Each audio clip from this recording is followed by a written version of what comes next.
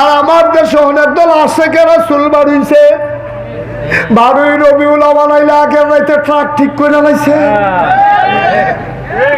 Pickup ঠিক করছে, বেড়া বেডি পিকআপ উঠছে, ঢোল ডব্বর বাজনা লইয়া জশ্নে জুলুস বার করার লাগা রেডি হইতে আছে। আশেকে রাসূল নবীর আশেক পাগল হয়ে গেছে। নবীজি 12ই রবিউল আউয়াল দুনিয়াতে আইছে, তখন ঘর থাকে কেমনে এলাকা পিকআপ ঠিক করছে, তারপরে ডেক সেট লইছে, বেড়া বেডি নাচতে আছে, গাইতে আছে। আমি নিজের চোখে যেটা দেখছি, কইয়ালেটা আমি নিজের চোখে দেখছি।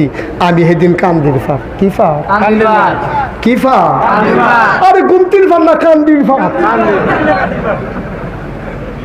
কি ফার কান্দির ফার।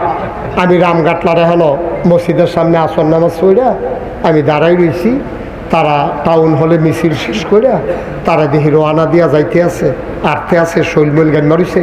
আশেকে রাসূল তো মিছিল টিছিল করছে যে বিড়ি ধরাইয়া টানতে টানতে যাইতে আছে, মনে ইটের বাট্টাটা আটতে আছে।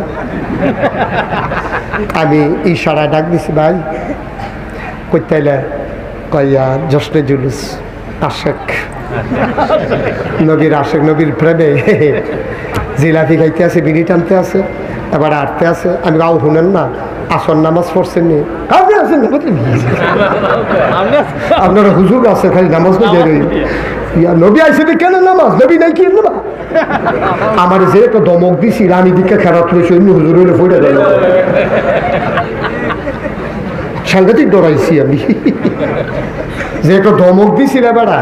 আপনারা হুজুর আছেন নামাজ লইয়া, আরো যে কত টান আছে এই খবর তো জানেন না।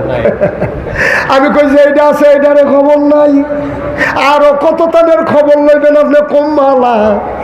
একটা মানুষ যদি ঈমান আনে, তার 1 নাম্বার দায়িত্ব হলো নামাজ আদায় করা, ঠিক কিনা? আপনি আজ জুমার জোহরের শিখন কথা খেয়াল করে শোনো, আপনি জোহরের আগে দিয়া ঈমান আনছেন, আপনি 12টার সময় হিন্দু আসলেন, 12:30টায় মুসলমান হইছেন, 1টার সময় জোহরের আজান দিছে মসজিদ। 1 নাম্বার দায়িত্ব আপনার নামাজ, ঠিক কিনা? আপনি যে মুসলমান এটা প্রমাণ কি?